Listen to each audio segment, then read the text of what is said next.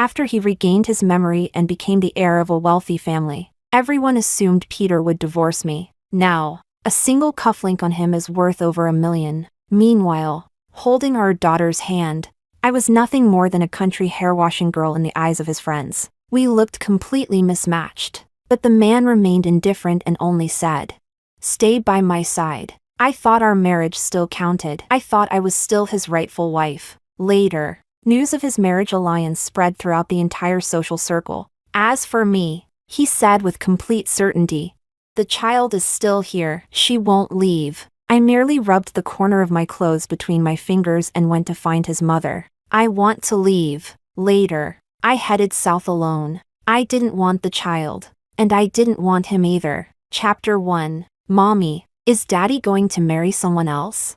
When Linda asked that question, the spoon in my hand clinked sharply against the side of the porcelain bowl. I turned around and met her innocent, youthful eyes, filled with confusion and hurt. Gently stroking her hair, I couldn't help but laugh as I asked, "How could Daddy marry someone else? Where did you hear such nonsense?"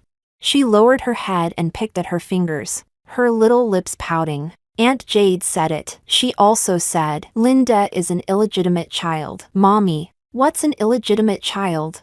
A child's voice was naturally bright and pleasant, but the moment those words left her mouth, it felt as if something slammed heavily into my chest. Before I could think, I instinctively pulled her into my arms. I was comforting her, but it felt more like I was desperately trying to convince myself, Linda will always be Mommy and Daddy's precious treasure. Aunt Jade has just been a little sick lately. Smiling, I tapped her forehead lightly. "You know how it is. When people get sick, their brains get all scrambled, right?" She pressed her lips together, then broke into a small smile and wrinkled her nose. "When your brain gets scrambled, you start talking nonsense." I smiled. "That's right. You're very smart." The little girl hugged her rabbit plushie and suddenly rested her head against my hand. "Mommy, don't be sad." My fingers curled involuntarily against the heat in my palm. My eyes stung. I had to use every ounce of strength to keep myself from crying because of that innocent attempt at comforting me. I stared at her motionlessly, my gaze moving from her childish face to the stuffed rabbit in her arms. The rabbit plushie looked dull and dusty, its long ears drooping limply. There was nothing remarkable about it. Yet it cost 83,400 yuan. She had an entire room filled with toys just like it. Who would have thought that only a year ago? Even with all our efforts and sacrifices, the best she could have gotten was an ordinary stuffed toy sold everywhere on the market, roughly made. And if you bargained hard enough, maybe you could buy one for 50 yuan. Soft carpeting covered the floor, swallowing every sound of my footsteps. I no longer needed to tiptoe out of her bedroom as carefully as I had in the past. The Aunt Jade Linda mentioned was the nanny Peter had brought from the family estate to take care of us. I had always known she disliked both Linda and me. Later, I learned by chance that she had a daughter who had admired Peter for many years. The villa's security cameras were crystal clear. I heard every single word she said. The mother doesn't even have a proper status. If the child isn't an illegitimate child, then what is she? Lowering my eyes, I clenched my hands uncontrollably. Chapter 2. The day Peter suddenly regained his memories, he was involved in a car accident. When I rushed to the hospital with Linda, he was sitting on the edge of the bed. Hearing the noise, he slowly turned to look at us. He was still wearing the same faded clothes he had left home in that morning, but the look in his eyes was so unfamiliar that I didn't know what to do. Whenever Linda called him Daddy before, no matter how busy he was, he would crouch down and answer her. But that day, Linda's voice grew softer and softer each time she called him. Not until the 7th time did he finally respond with a faint acknowledgement. I was frightened by his unfamiliarity, yet at the same time, I was happy for his rebirth. No matter how much love a person receives later in life, they always want to find the road they came from. Only then can they truly be considered whole. What I didn't know at the time was that between him and me, between him and that rural village, there existed a gap as vast as worlds apart. Countless times, I have thought that if fate had not intervened, our lives would probably never have crossed. Even after several lifetimes, when the Su family came to take him away, everything was done swiftly and discreetly. Not even the neighbors noticed. No matter how little I understood about the world, at that moment I clearly realized that if he wanted to leave, There was no way I could stop him. And once he left, mountains and rivers would separate us forever. I looked around the bare, unfinished house. It was the new home we had built that year. The money we had saved over the years had only been enough to complete the structure and cover the floors with a thin layer of cement. As for renovations, we would need to save for several more years. We always said that Linda was still young. By the time she grew up, renovating wouldn't be too late. That way, we wouldn't have to worry about the design style becoming outdated. Amid the chaos in my mind, I rationally extended my hand toward him. You can leave, but whether it's for saving your life, the bond we shared as husband and wife, or your responsibility as Linda's father, you owe me some money. I need it to raise Linda. I couldn't keep him, but emotionally and logically, I had to hold on to whatever I could. At the time, a newly installed incandescent light bulb hung from a stick in the corner of the wall. It shone as brightly as it could, yet still failed to illuminate the entire house. In the dim light, Peter stared at my outstretched hand for a long time. No one knew what he was thinking.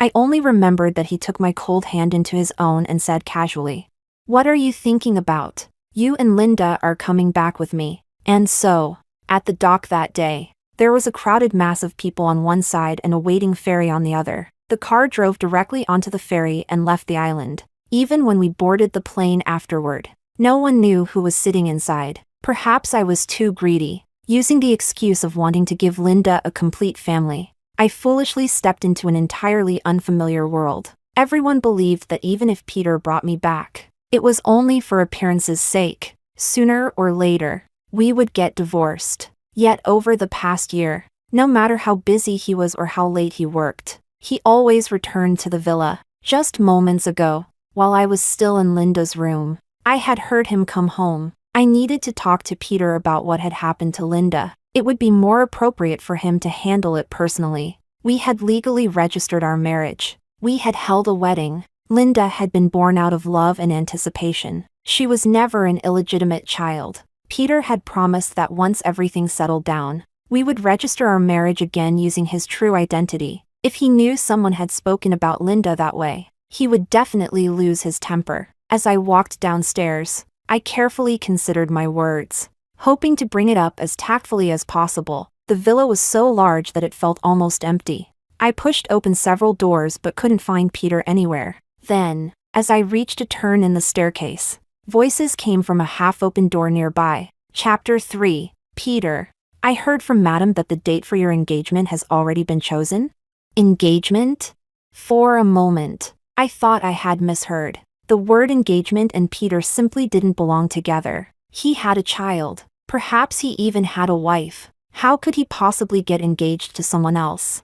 Dressed in an impeccable suit, the man tightened his brows and impatiently tugged at his tie. The exquisite cufflinks at his wrists gleamed brilliantly. My mother told you that? He lowered his head and lit a cigarette. Smoke curled around the sharp bridge of his nose. Stop asking about it, and keep your mouth shut at home. Isn't it already common knowledge? I don't need to hear it from your mother. I'm happy for you. Marrying the Liu family's daughter is the proper path for someone like you. For the sake of stability these past few years, your father has been giving people far too much freedom. He even dared to bring that illegitimate son from outside back into the family. While you were gone all those years, that boy almost climbed to the top.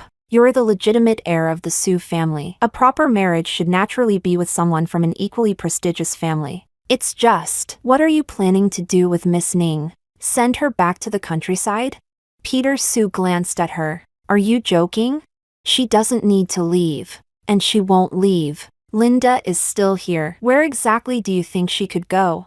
The elderly nanny smiled. That makes sense. It's nothing more than spending a little money to support her. It's not like she's any trouble. From where I stood, I could clearly see the indifference in his eyes. Power and status really could reshape a person's very nature. Back then, there was no way such cold detachment would ever have appeared in his eyes. That lofty indifference, that casual superiority from above. For my sake. He used to stand awkwardly in front of flower stalls just to buy the bouquet I liked. He would smile humbly and patiently bargain over every yuan. Only at that moment did I truly understand. The man named Casey had died the moment he became Peter. Silently, without a sound, I gripped my phone tightly. Inside my chest was a vast emptiness. I desperately wanted to find something, anything, to fill that terrifying void. Looking around frantically, I found myself yearning to see my daughter more than anything else. I hurried away without listening to another word from behind that door. Also, he crushed the cigarette in the ashtray. How many times have I told you this?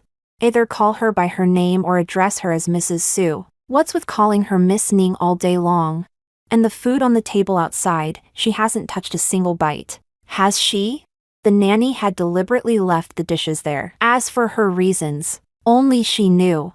The old woman clicked her tongue. She really is difficult. If she won't eat it, why don't you have some? It's all your favorite food. Jade. His voice turned cold. You'd better remember why I agreed to let you come here in the first place. It's been a year, and you still don't know she's allergic to eggs. It's such a simple thing. If you can't even handle that, go back to the family estate. There are plenty of people who can do your job. Peter rarely lost his temper with her. After all, she had been his mother's personal nanny for decades and was practically an elder in the family. A man who had been pampered from birth had suddenly endured several years of hardship and upheaval. The easygoing temperament he once had was gone. The patience and courtesy he used to show everyone had disappeared as well. As the old nanny bent her waist cautiously and nervously, he offered no comfort at all. Instead, he found the bottle of liquor he had been looking for, picked it up, and walked straight out of the room. Chapter 4. The moment I pushed open the door and saw Linda's sleeping face, even my breathing slowed. If there was one thing that had kept me from being crushed by rumors and gossip over the past year, it was undoubtedly her. From a poor rural village to a dazzling city overflowing with neon lights, an entirely new world had opened its doors before me. But behind those heavy doors, whether it was a world of extravagance or a paradise beyond imagination, lay a place I had never belonged to and never would. For the past year, I had been lost in an illusion. I thought true love had overcome prejudice. I thought my life had finally become bright and free from suffering. But now, I needed to think carefully. Suddenly, the hand I had rested beside the bed grew warm. Looking down, I saw the little girl frowning in her sleep.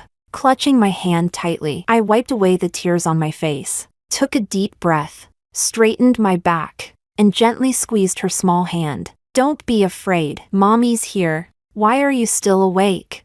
A slightly hoarse voice sounded behind me, accompanied by the faint scent of alcohol. I didn't turn around. Leaning forward, I tucked the blanket around Linda more securely before pausing. Peter, when are we going to register our marriage? This wasn't a conversation suitable for whispers beside a sleeping child. We walked through the hallway and into the study, crossing my arms.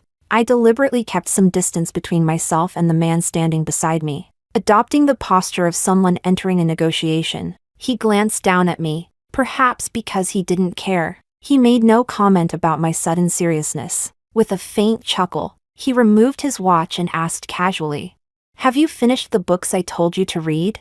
How had I never noticed such obvious avoidance before? Different. In the end, everything was different. Peter was only Peter after all. I turned away and said nothing more. When he made that decision, there was no way he didn't know how helpless I would feel after learning about it. Yet now, he simply didn't care about that helplessness. My gaze drifted toward the desk on the left. Stacks of books covered its surface. There were introductory books on art appreciation, difficult political theory textbooks, and piles of books on economics and management. Over the past year, he had been like a farmer trying to force a seedling to grow overnight. He wanted to transform me completely in a single leap. At first, I thought I had embarrassed him. I thought I wasn't presentable enough. Yet whenever he introduced me to his friends, he never hid my existence. He always did it openly and without hesitation. The problem was that I had nothing in common with them. Whenever they spoke, the topics were stocks, investment funds, the global economy, currencies, tariffs, or billion-dollar business projects. So when I returned from the restroom one day and overheard them calling me a country hair-washing girl, I couldn't even find a reason to feel hurt. Nor did I ever mention the incident to Peter. I learned quickly when it came to attending banquets and building social connections. Even when I didn't know what to do, people wouldn't dare embarrass me openly for Peter's sake. When he first told me he wanted me to attend university, I thought it was unbelievable. I was eager to prove something. For example, weren't university graduates just working to earn money in the end? If I could make money, wasn't that enough? Even Tsinghua and Peking University aren't as useful as having courage. Plenty of wealthy people never went to college. I don't believe that not attending university means I can't earn money. Do you remember when we first met? I was 50,000 yuan in debt. In just a few years, not only did I pay everything back, but I also built a large house and opened 2 hair salons. I'm actually very good at making money. Even now, my salon is still ranked #1 in our town. Under Peter's helpless gaze, my voice grew softer and softer. Then I smiled bitterly. I almost forgot. The one thing your family never lacks is money. He answered casually.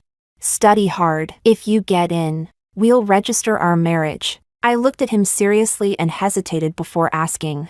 Really? If I get in, will your mother finally like me? After hearing that, he froze for a moment. A long silence followed before he finally replied. She will. My grades in high school had been good. If fate hadn't treated me so poorly, getting into university would have been easy for me. After I received my admission letter, Peter Su followed the Su family's custom and casually donated an entire academic building to the university. Originally, I was supposed to begin classes that September, but now, I looked at Peter. Under the warm light, he was lowering his head and flipping through my notes. Chapter 5. Something decided a month ago could remain completely hidden from me with a single order from him. For an entire month, I knew nothing. When people addressed me as Mrs. Su in public, they had probably laughed at me countless times in private. Look at her, what a fool. She really thinks Peter is going to marry her. But the truth was, I had never thought that. I had only believed that, at the very least, he loved Linda. When I was pregnant with Linda, he was the one who suffered from morning sickness. He was also the one who nearly fell into depression.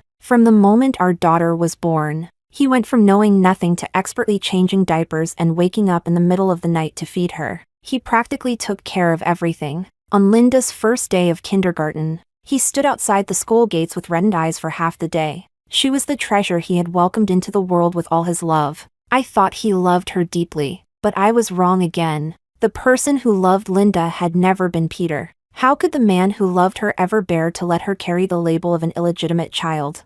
As the pages continued to turn, my voice cut through the silence, cold and lifeless. You don't want to register our marriage because you're going to marry someone else, aren't you? I saw his body stiffen for a brief moment. The book slipped from between his fingers. Without turning around, he asked, You heard it all?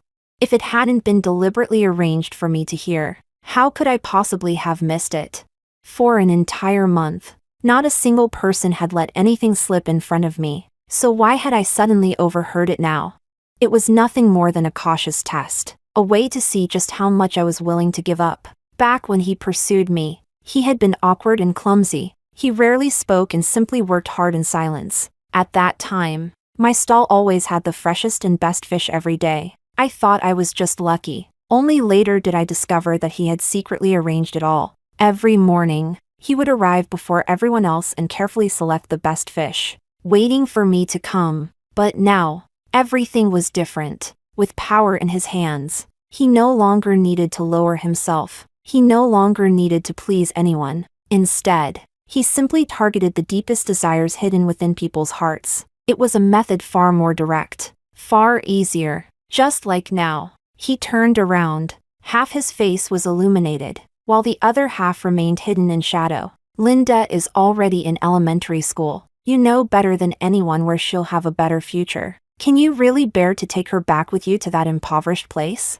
His voice softened, carrying a trace of comfort. Serafina, don't be unreasonable. Don't be unreasonable. Your daughter needs a father. She needs a family. She needs a future. When Peter finally left, his expression remained calm. Even after receiving such a hard slap across the face, he still took my hand and carefully checked my palm to make sure I hadn't hurt myself before turning away. The moment his car drove out of sight, my fingernails dug deeply into my burning palm. Whenever we argued in the past, he had always been like this. He would leave the house carrying all his anger. Then he would calm himself down, And afterward, he would come back and coax me until we made up. But this time, he would never come back to comfort me, because I had no reason not to compromise, and he no longer had any reason to bend down for me. Chapter 6. After that day, Peter never came back. I took Linda to the restaurant we had planned to visit,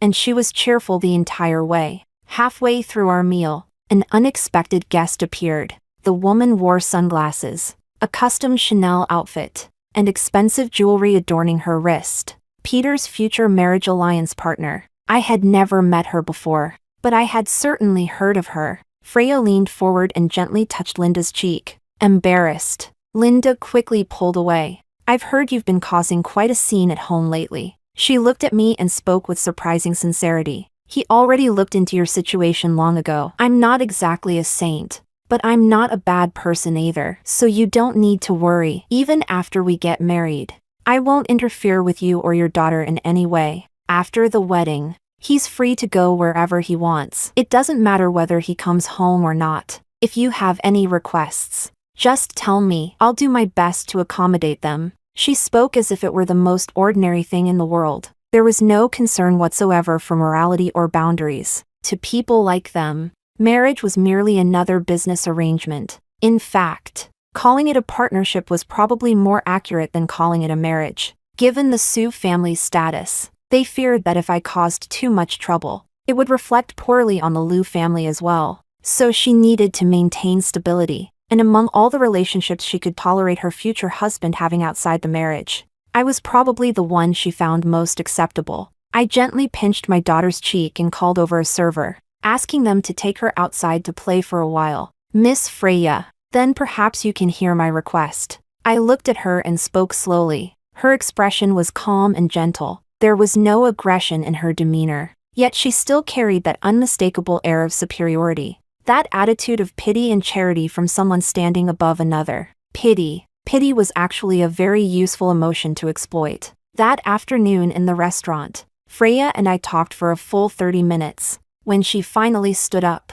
she gave me a thoughtful look. As my gaze shifted, I saw Peter approaching from a distance. Linda was brought back to my side, and I lowered my head, focusing only on taking her hand. Several people stood up at once. In the confusion, someone bumped into a server carrying a dish, just as it looked like the soup was about to spill. I heard the unmistakable click of a camera shutter. I immediately bent down and scooped Linda into my arms. Out of the corner of my eye, I saw Peter's outstretched hand pause for a moment. Then he turned and shielded Freya instead. Fortunately, the soup wasn't very hot. A few drops landed harmlessly on my clothes. While the server apologized repeatedly, Peter looked toward us and pressed his lips together. Take them home. His assistant immediately stepped forward and bowed slightly. Miss Ning, this way, please. For one brief moment, I had hoped for an explanation, but Peter withdrew his gaze.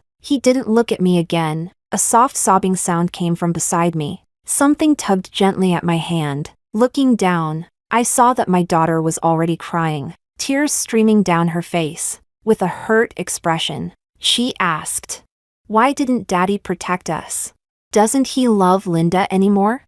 No. I crouched down and looked at her. Mommy promises you that Daddy will always love Linda. There will never be another exception. My voice was gentle as I reassured her. No matter the cost, she would remain Peter's most beloved daughter. Freya was a renowned cellist. She would never have arranged paparazzi photographers on her own initiative, and within families like the Sue family, reporting such matters to outsiders was unthinkable. But what she hadn't expected was that, in that moment, Peter would choose her side. A few gossip reporters were nothing to him. With a single command, he could have made them disappear. There was no reason for him to be cautious. Frowning, he said coldly, "Who gave you permission to meet them?"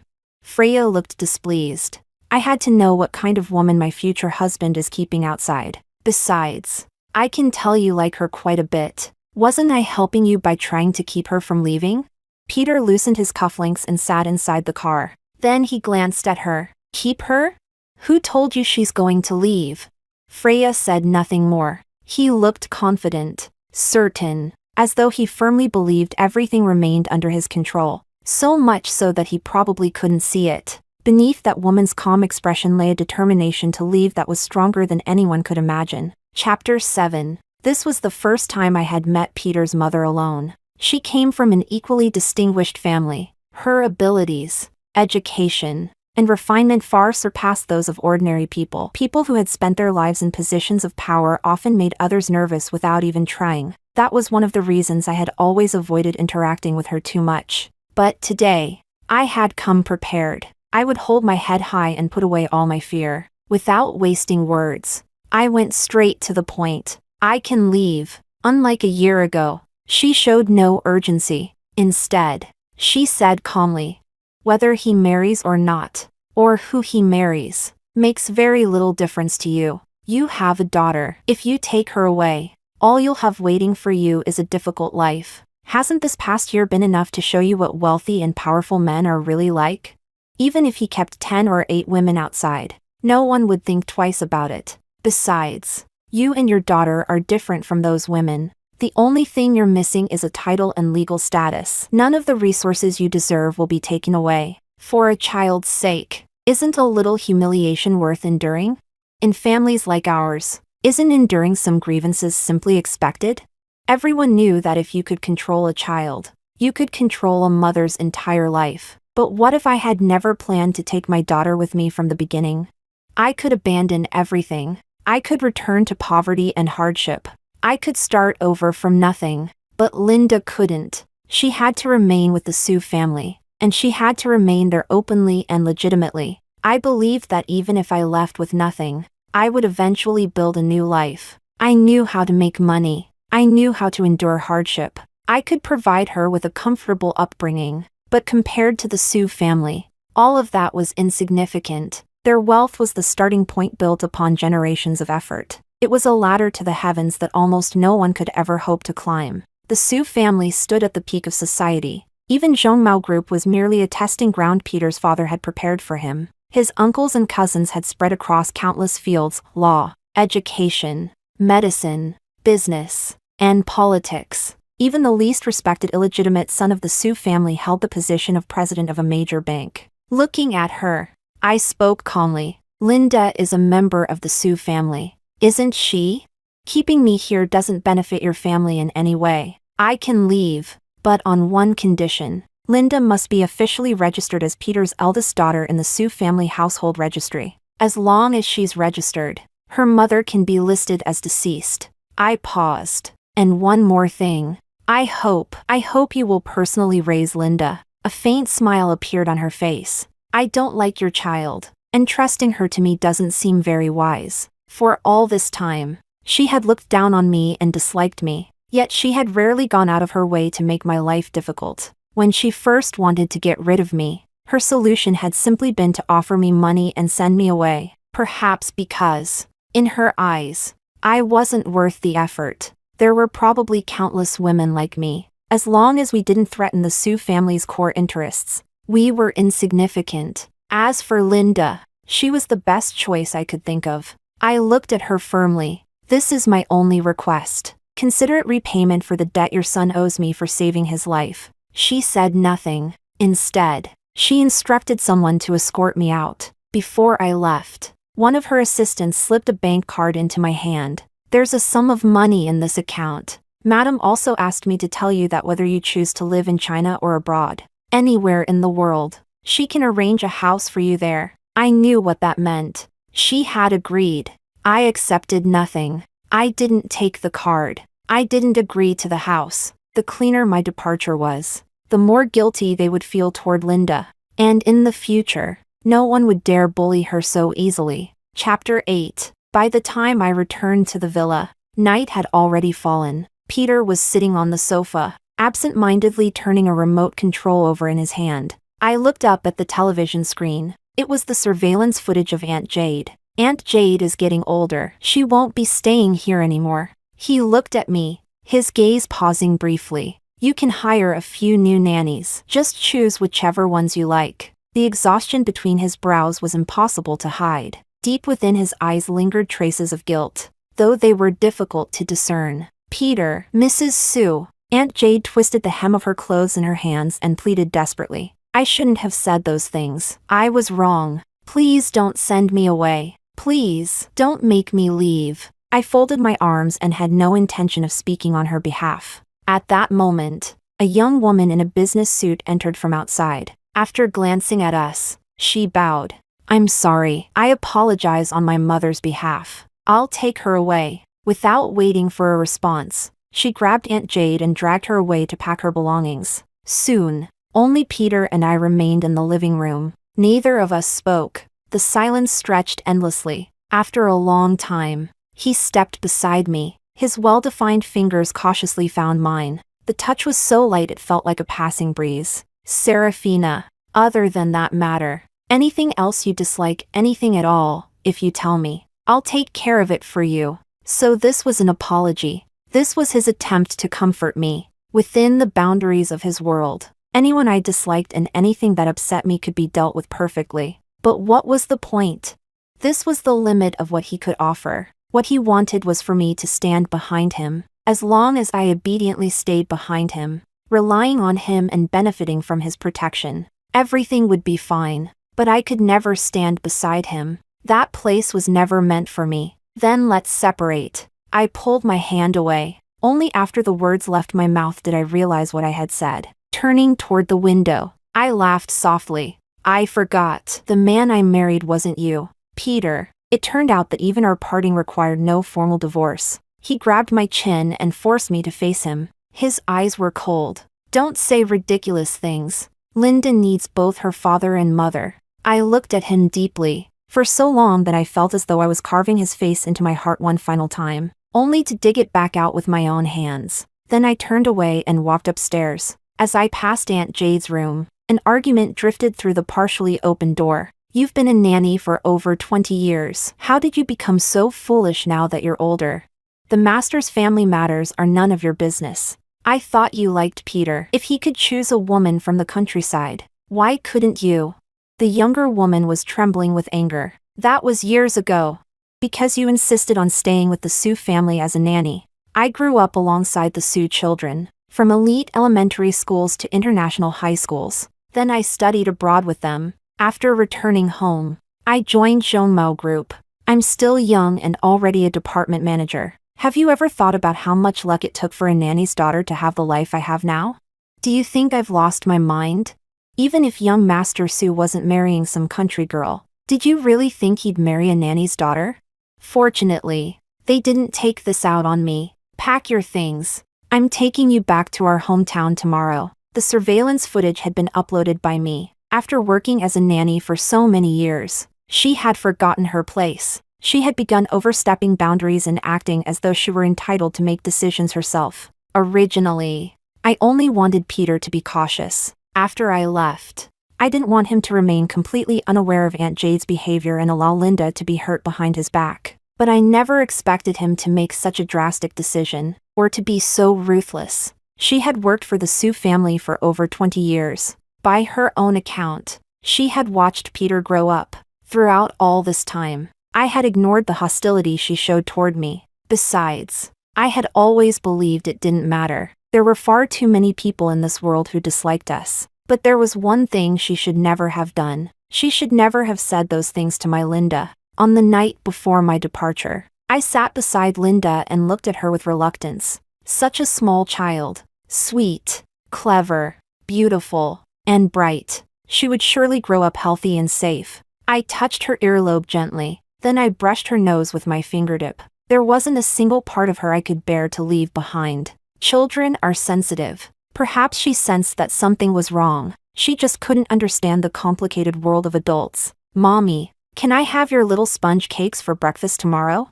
She shook my arm and acted spoiled. My nose stung with emotion as I smiled. Of course you can. She was so sleepy that her eyelids kept drooping. Yet she continued asking again and again. Will I really get to eat Mommy's sponge cakes tomorrow morning?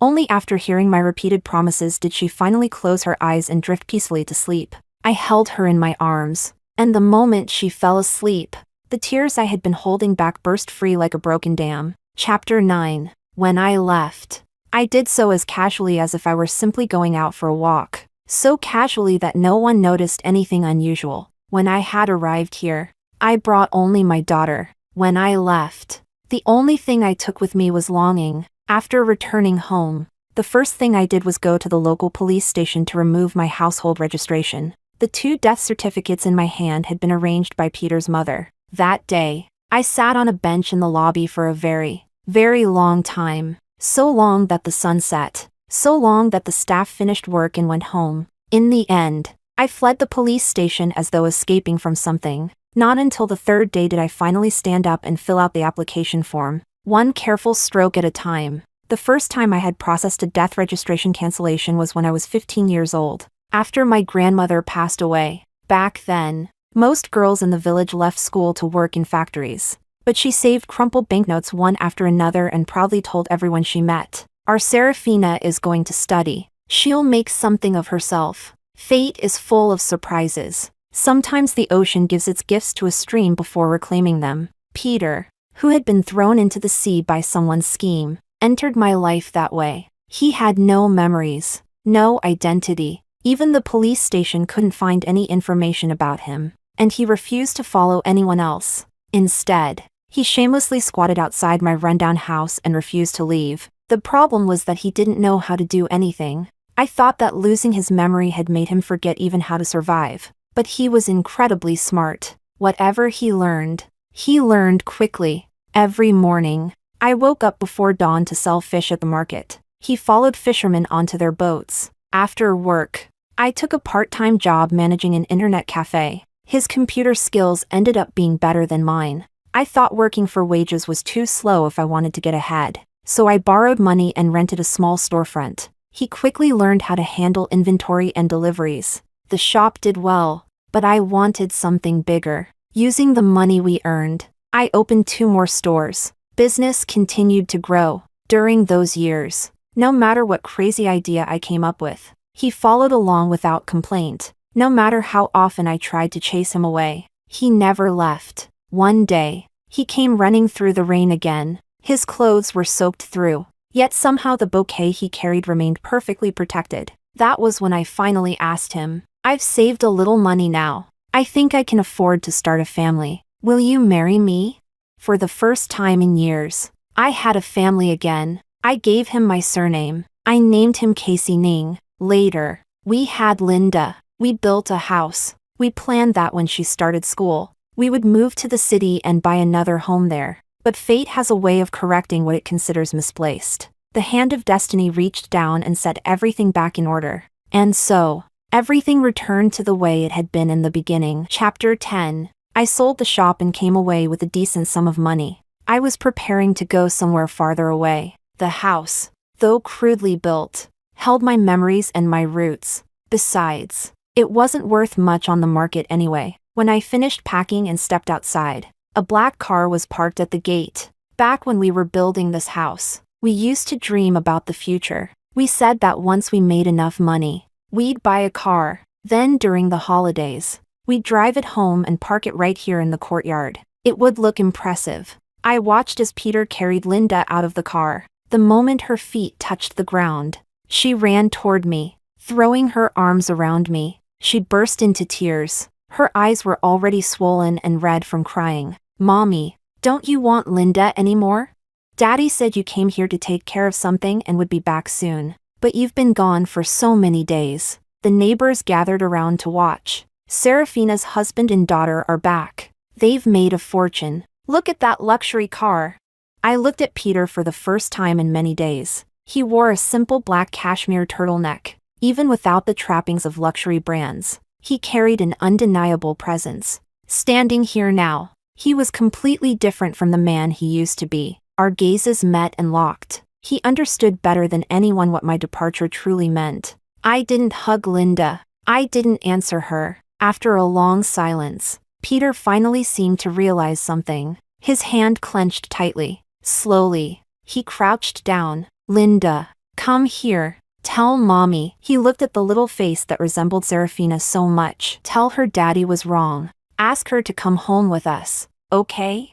After hearing him, the little girl flew back to my side like a small bird. This time, she waved me closer and whispered into my ear, She had plenty of friends here. Almost every child in the village liked playing with her. Yet she clung tightly to my hand. No matter who called for her, she refused to leave. Only after Linda had finally fallen asleep did Peter speak. If you want to stay here for a while, then Linda and I will stay with you. When you've had enough, we'll go home together. Peter, I looked at him in confusion. I didn't meet you at the height of your success. You only regained your memories. You didn't forget everything we lived through together. Why did you become like this? How can you possibly think that I should stay by your side without any status, without any place, as if that's only natural? Actually, maybe you haven't changed at all. Maybe this is who you've always been. The person I fell in love with was Casey, the man who had lost his memory, not Peter. How ridiculous. I had fallen in love with someone who didn't even exist in this world. I understand you. I understand all of you. I won't resent you for being born into wealth. And I won't blame myself for not being rich enough. I only hope you'll take good care of Linda. Perhaps the familiar surroundings had awakened old feelings. He looked at my panic-stricken retreat, step after step. Then he reached out and gently wiped away the tears on my face. A faint smile appeared on his lips. For a moment, he looked a little like the Casey I remembered. I always knew you were stubborn. When you make up your mind, you can abandon anything. Serafina, give me some time to think. Don't be so absolute. Whenever he found himself cornered with nowhere left to retreat, he always tried to buy time. But in the end, the outcome never changed. Just like years ago, when I pretended to go on a blind date, he cried so hard that I couldn't bear to watch. Just wait a little longer.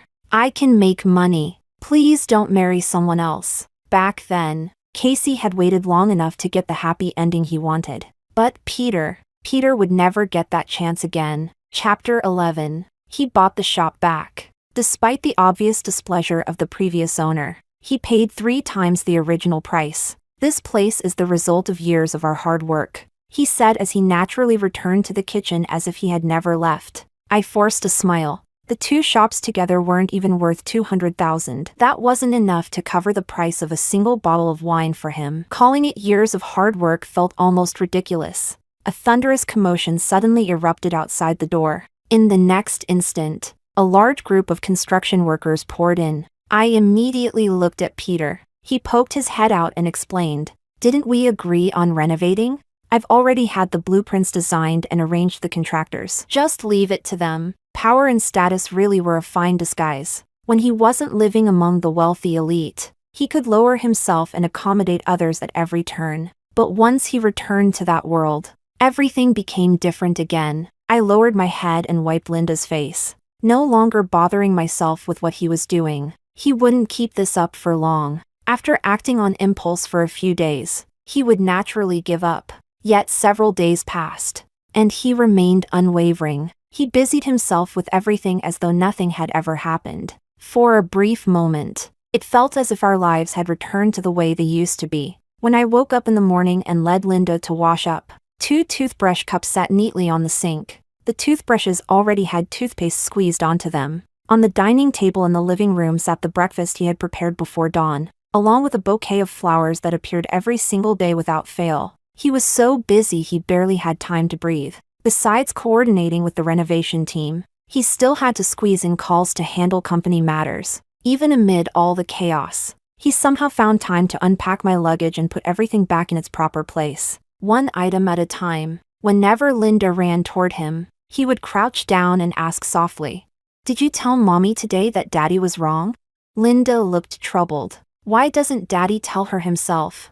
Peter froze for a moment. Then he gently patted her head and said nothing more. Chapter 12. That day, it wasn't until darkness had fallen and rain was pouring relentlessly from the sky that Peter finally returned. He was carrying something in his hands. His entire body was soaked. His wet hair hung over his forehead, covering his eyes. I went to buy water lilies. It took longer than I expected. Without looking at me, he went straight into the kitchen. The elderly woman who sold water lilies here had broken her leg half a month ago and hadn't been able to set up her stall since. And on the day Peter got into the car accident, he had been on his way to buy water lilies for Linda and me. Looking at his figure, I could no longer suppress the resentment I had buried deep inside these past days. Before he could do anything, I swept all the water lilies onto the floor. Then I crushed them one by one beneath my feet. "Why didn't you just die?"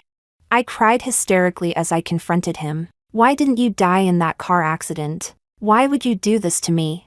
I hated him. I hated him because he wasn't cruel enough to be completely heartless. I hated him because he didn't love deeply enough to give everything. I hated him so much that I wanted him dead. Yet in the middle of the night, whenever I remembered the way he had loved me, I couldn't help but wish for his safety and peace year after year.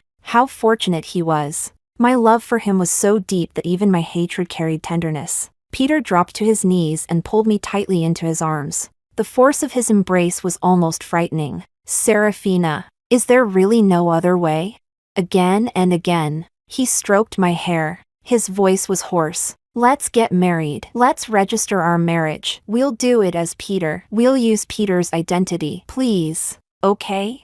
I would never be deceived by him again. "Peter, whether it's a political marriage or a business alliance, whatever it is, you need to remain at the very top. You need to keep the Sue family firmly under your control. You need to make sure that wherever my Linda goes in the future, she will always have the courage to move forward without hesitation. What about me?"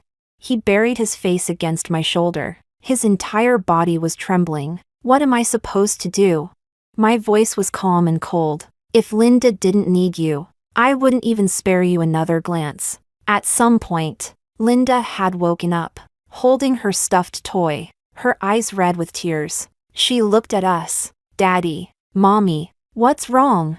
I lowered my head and turned my back to her as I gathered the scattered mess from the floor. Peter stood up and comforted her. After a while, he called my name. I turned to look. Standing behind Linda, he covered her ears with both hands and asked me, "Aren't you afraid? Aren't you afraid that when she grows up, she'll resent you? That she'll hate you for abandoning her?"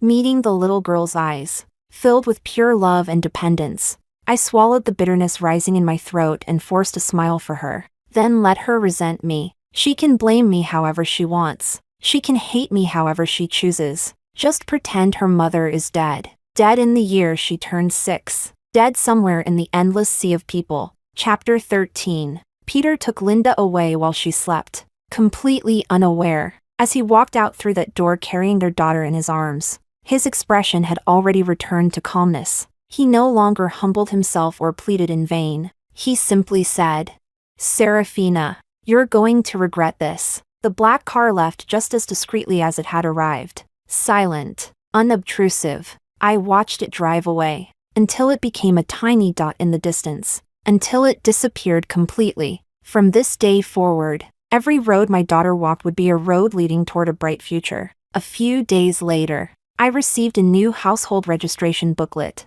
That booklet had gone from 3 pages to 2, from 2 pages to 4, and finally, back to 2. From this moment on, only Peter and Linda remained in this world. A person spends a lifetime watching parts of themselves collapse again and again, only to build new fortresses upon the ruins. Fate brought me here. There was nothing I could do about that. But even among different branches of the same river, a slight push is enough to alter the direction of the current. Having come this far, I have no regrets. On the 18th birthday of the Sue family's granddaughter, a charitable foundation was established with a personal donation of $10 million. As the only girl of her generation in the Sue family, Linda had been the center of attention from the day she was born. Among all the children who grew up around her, no one could rival her status. She stood by the window. The person who should have been standing at the center of the crowd had instead chosen to stay away from it, and no one dared question her choice. Hearing footsteps, she turned around. It was her father, Peter, whom she had not seen much of lately. Though he was nearing 40, he remained remarkably handsome. The faint wrinkles at the corners of his eyes only added to the mature charm that age had given him. Although the relationship between father and daughter was not especially close, everyone knew how much he valued her. "Linda, happy birthday." Following her gaze out the window, he suddenly asked, "Over all these years, have you ever blamed your mother?" "Blamed her?" Linda tilted her head and looked at him. Peter had been drinking. His eyes seemed distant, lost somewhere far away. For leaving you. For leaving me. For never looking back all these years. Linda smiled. Her beautiful face looked strikingly like her mother's. Then she answered softly, yet with absolute certainty, Dad, there is no one in this world who loves her more than I do. The memories of her childhood were distant. So distant that even her mother's face had become blurred with time. Yet she had never forgotten love. She remembered being 6 years old. She remembered her mother telling her again and again that she had to stay by her father's side. She never understood why. Why couldn't she stay with both her father and her mother? But it didn't matter, because her mother had looked as though she was in so much pain that she might die. As long as Mom could be happy. Staying with Dad was fine. Staying with Grandma was fine too. The only thing that mattered was that Mom could finally smile. Chapter 14. That year, she never delivered her father's message. What she whispered into her mother's ear was, Daddy was wrong, but it's okay if Mommy doesn't forgive him. It's okay. Whatever Mommy wants to do, just go and do it. She didn't want to become a mountain weighing down on her mother. She didn't want to become the chains that trapped her mother in a lifetime of pain. Only when a mother runs far can her daughter run far too. When she was 9 years old, she woke up one morning and suddenly realized she could no longer remember her mother's face. Secretly, she searched out the wedding photo that her father had hidden away. In the picture, her mother was smiling so happily. Unfortunately, her stepmother happened to see her. Flustered, Linda hurriedly hid the photograph behind her back and looked at her with pursed lips. Kid, missing your mom isn't embarrassing. If you want to look at her, then look. She bent down, pulled the photo from behind Linda's back, glanced at it, and handed it back. Your mother was very beautiful, and very brave. Her stepmother was a genuinely good person. Even after she and her father eventually divorced, they still kept in touch from time to time. Throughout those years, everyone avoided talking about her mother's brief appearance and long absence. Yet somehow, by unspoken agreement, not a single person was stingy enough to tell a young child things like, your mother didn't want you. She abandoned you. Although Grandma had never been particularly fond of her, Linda had lived in the old family residence ever since she was 6 years old. All the social etiquette, conversational skills, and philosophies of life she learned while growing up were taught personally by her grandmother. Later, Grandma came to love her deeply. Wherever she went, she was willing to take Linda along. Linda had always secretly hoped that one day her grandmother might say the word if only I hadn't driven your mother away back then. But to Linda, that was a matter as overwhelming as a stormy sea. To her elegant and composed grandmother, however, it had long since become nothing more than a forgotten speck of dust. There are not so many ifs in this world. A conclusion that has already been written cannot be changed. On the morning her mother left, when she was 6 years old, she ate that piece of square rice cake. Only many years later did she finally understand her life. Her mother had wagered everything she possessed for it. Even love itself had been used as a bargaining chip. What her mother fought for was her. The starting point beneath her feet today was already a destination that countless others could never reach, even after several lifetimes of effort. And back then, her mother had only been in her 20s. By the age of 10, she already owned a private horse ranch in one of the most expensive areas in the country. Before turning 15, she had traveled through nearly 30 countries and could fluently speak 4 or 5 languages.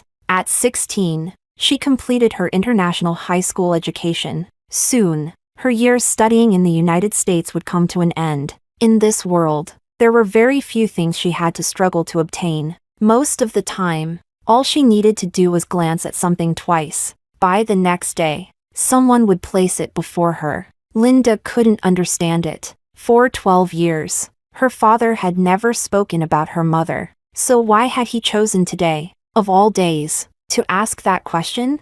Then she remembered the news she had seen that morning. The 35th Private Entrepreneurs Symposium had been held in the capital. Outstanding private entrepreneurs from across the country had been invited to attend. Among them were her mother and her husband. As she grew older, she learned how to use money and influence. Finding information was easy for her. She had heard that after leaving, her mother took a sum of money and went south alone, building everything from scratch. Over the years, her mother did whatever work was available. She sold goods at market stalls. She worked in recyclable waste collection. She ran training centers. She entered the gold jewelry trade in Shuaibei. Almost every business she touched made money. Her mother had always been that kind of person. Whatever she did, she succeeded. Whatever path she chose, she found happiness. She had heard that her mother's husband loved her very much. There was once a photograph of them that became public. In the picture,